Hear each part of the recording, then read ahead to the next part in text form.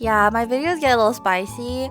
But that's what being feminine is about. Yeah. Oh, hi. What do you think? Thank you. I like that too.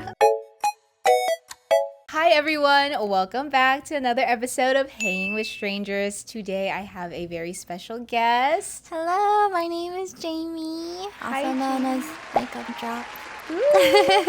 We have chocolate Drinks. Cheers. Maybe we'll take a martinis. sip. Yeah, there's some alcohol to start in the here. episode up. Today we are talking about all things femininity, tapping into our feminine energy, Yes. sensuality. You actually brought it up to me that you wanted to talk about this. Is there a reason why you really like this topic? I feel like I never get to talk about it a Yeah. lot because I'm from streaming and gaming, but it's something that I've wanted to talk about, so I'm excited. I'll talk about it. Oh because I would say you're pretty feminine, especially with your videos and Yes. everything, right? You're very like soft. If you guys could see her entire place right now, it's very Oh, yes. soft girl coded. Soft girl, yes. Okay, let's just get on to the first question, which is what does it mean to be feminine and why is that so important to you? Being feminine is kind of like that Disney princess inside of us. And I feel like when we're younger, we have so much of that Disney princess, but then Yeah. we go through life and it hits hard, and then you're no longer looking at things as bright-eyed Yeah. as you used to. So I feel like a lot of my womanhood has been trying to tap back into that. Also self-care, putting yourself first, and seeing like the world in a very like Disney princess way. I'm like, ooh, I like that. That makes a lot of sense. It's like you're still strong and independent, but they're so in touch with like their femininity. was there a moment that you remember being like, Yes. I need to tap back into it, or this feels Yeah. good for me? I feel like I reached a point of adulthood where I was like, okay, I need to work in order to get what I want. Yeah. And like when I was building my clothing brand, that's especially when I became more logical. Like when you build a business, you're surrounded by like business-minded people. Yeah. And especially women in business, you're always going to be told like what you should do. So there's a lot of opinions and noise.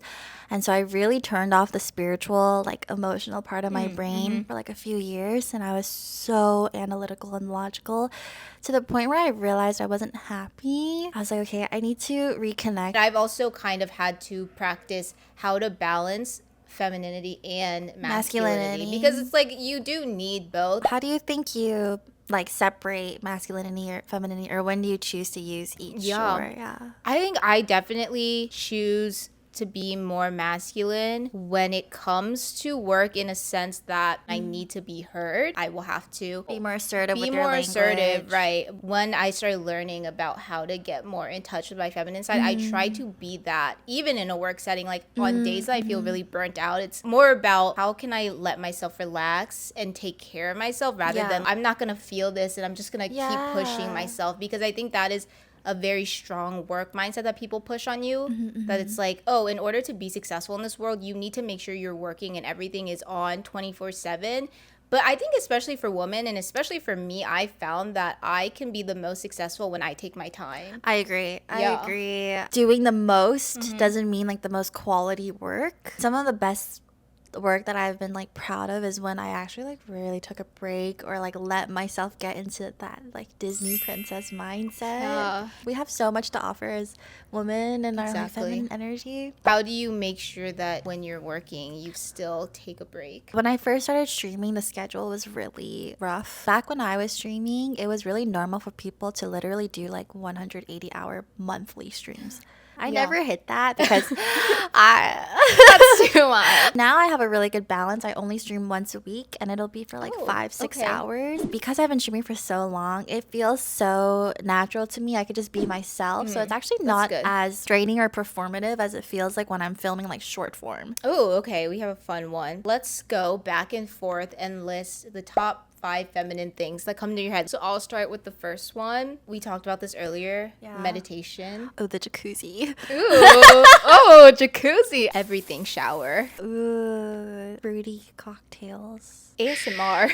Dressing up feels good, and like shopping. Yes. Shopping for is really yourself. good. It's amazing. Animals. That's Animals. the Disney princess. Yes, and animals have the purest love. I think honestly, like going on dates. I like that. Yeah. Sometimes people kind of get so in their head about dates, but I feel like the process of going on a date is so fun. It like is fun. getting ready, looking your best. Yeah, and then recapping the date with the Yeah, girls. you're like romanticizing it. Yeah. Oh. Man, I love a good I date. do like a good date. A good date is when I'm able to like really emotionally connect with them, but it's not too deep. Got it. Yeah, it's like still playful, but you're still getting to know someone. I could see that because I think when you go on dates, especially if you're like on a dating app like Hinge or something, it's very easy to have the exact same conversations with everyone. Yes. I feel like you really know when you and someone kind of have good chemistry when you have like conversations beyond that. And it's very similar energy. Like you match each other's you match each other's freak like that, you know? Are you freaky? I feel the most connected with the people I meet when we talk about something so crazy. I feel you. It's just like vulnerability, like you're connecting through vulnerability. Oh, it's so right. good. And I feel like especially I love with seeing girls, people's insides. yes, you get me. That's why it's so important having girlfriends. Like, no offense to my boyfriend, but there are just some things he will never understand. Yeah, no, it's true. Yeah, I'll tell him things and just goes right through his brain. Let's talk about you and cooking, okay? Because you're a big I am a big chef. cook. Yes, I am. How did you kind of get into cooking and how has that helped you with your self-expression? I got into cooking because of my dad. Like, he was always cooking growing up. So it was like my family's form of love. And I think I really got into cooking because I love feeding people. Like, I feel like it's my one activity that really connects me to reality because I feel like my head is always in the clouds. So I like cooking because it's the one activity where I'm like, wow, I am here right now. I like that. It makes you present. Yeah, I always recommend people to like learn how to cook if they need a healing hobby. Yeah. The things that you make and the videos that you create, it also gives very feminine energy. Really? Yeah. So how did you kind of like get into that style of video? I think a lot of my content really reflects the point in life that I'm in. I love expressing myself that way, and I think I get judged for it a lot for sure. But I always think about like some of my role models are like Marilyn Monroe. Yeah. She just like expressed herself fully. Yeah. And like didn't care about what anyone thought. And I really want to push that for like other girls. A lot of my female audience now are very much so like it girls that really want to put themselves out there, but they don't have like the confidence to do so because it's scary to do that. I've always wanted to be accepted by other women. It's such a good feeling to be accepted by like everybody, but I realized I also am so happy like putting out content that I feel good about. I do agree that your content and like me too like is an expression of who you are in time. Yeah. Some of my content when I was in college, I was like really edgy. Truly embracing yourself without a doubt makes you more unique, makes you more stand out. I feel like that's why me personally, I like watching your videos. I'm like, yes, this is so good. And I feel like it's because it's like you truly are yourself. Going into your self-love journey, where do you think you are currently at with it? I wouldn't say I'm in a spot where like, oh, I love myself completely. I've just accepted I'll never get there. But I've also accepted that I'm still a version of myself that I will really, really love in the future. I realized like I really need to do self-acceptance. So I feel like that's where I am. Where did you learn that? I don't know. Her own Just coach life. or something? A lot of people don't realize that self-love is self-acceptance. Yes. That's what that is because we're human. We're gonna not like ourselves sometimes, and it's just accepting kind of like what you're saying. Like it's valid. It is what it is, and you move on from it. And it's an ongoing battle. Like I'll meet incredible women now who have their life together. It seems so perfect, but like we all like will forever deal with our demons. It's just like the reality. And once you accept that, it's not as scary as like I used to feel. Like I used to constantly feel like, oh, I'm like broken or like what's wrong with me. And then I realized like, oh no, like this is just like a part of being human, and we just have to accept it and experience it all. That's so good. She's so wise. You're wise too. She's wise beyond her years. Ooh, let's talk about some toxic behavior though. Ooh, toxic. Has there been any toxic people that you had to cut out in your life? I think I changed a lot in my 20s, and I think a lot of people miss the old version of me because I used to be really people pleasing and really accessible and available for people, and I think one day it like flipped. In general, I feel like if you put yourself first, it's inevitably gonna make some people not feel as good. Yeah. So I wouldn't consider that toxic, but I definitely had to like let go of friendships that I don't know if they really wanted the best for me. When I first moved to New York, I really wanted to be liked by a lot of different people. I wanted to be perceived in almost a cool way. So I kind of like, similar to you, made myself very accessible to a lot of people, but I was also very influenced easily. Towards the end of my college, I just had to cut out so many friends because of certain behaviors that some friends would do that I would be like, oh, okay, maybe this isn't necessarily a behavior that I want to influence me moving forward. Because you are who you hang around. As you change and as you grow, like sometimes you just have to cut people out, even though they're not necessarily bad people. It's just like these are people who don't serve you. Yeah. I really had to understand that and realize that like the people that I choose are so important because this is what is going to affect me. That's such a good thing to become aware of. And the moment you're aware of it, you're so rushed to fix it. Yeah, you know like, what oh I my mean? God, Like, oh my I'm God, ready. I'm I ready can't to wait. evolve. Yes. If you could give your younger self an older sister advice on confidence, what would that be?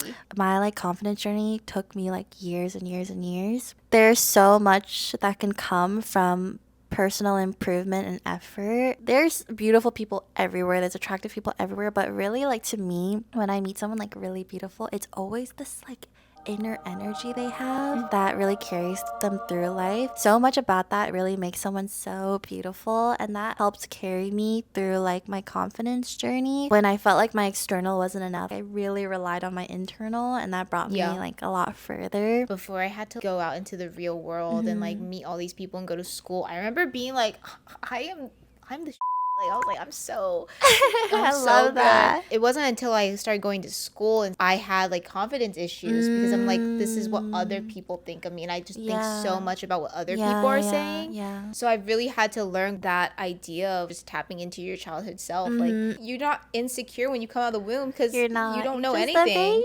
As long as you have like your core friends who truly believe in you and support you and love you, and know who you are, support yourself, like, then you're good. Like, you don't need all these other people who are talking about you because they really don't know you. Yeah, they don't. So I would say, like, to my younger self, to really prioritize yourself and the people you surround yourself with. Friendship is everything. How do you think you know when someone is a good friend? Acceptance is a huge one. Yeah. Especially in content creator world, it's really normal to paint someone in like a really bad light.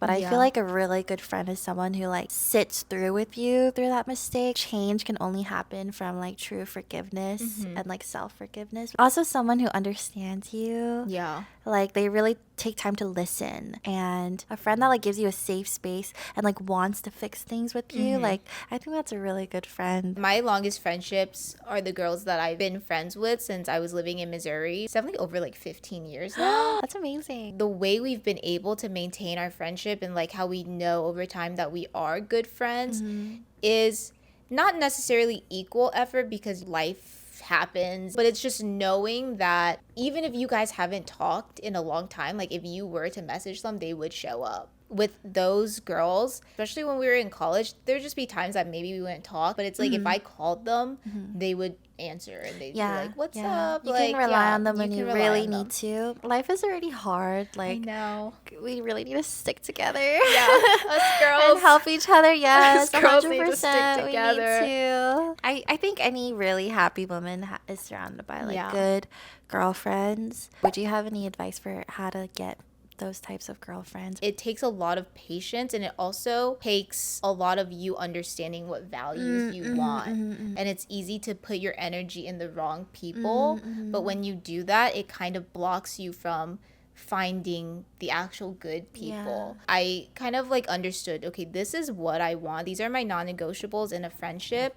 And if I don't feel that, if I don't feel that energy back, then it's okay. Like, I'll let that be and put that energy elsewhere. I'll put that in myself until someone else comes around and it matches my vibe. Yeah. Okay, so my last question for you, is there anything else out there that you want people to know about you?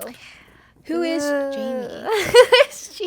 You know, I really let go of being perceived that there's not really anything I want people to know, but I want to like be able to give out my energy more and like help people, I guess. Yeah. So I'm trying to figure out what my next steps are in doing so. She's just ready to give. For any younger girls watching, like, I hope this was helpful in whatever you guys are going through. If I had to tell my younger self something, it would be just trust the process. No, for real. And save yourself the stress Yeah. and the worry, because it's gonna be okay.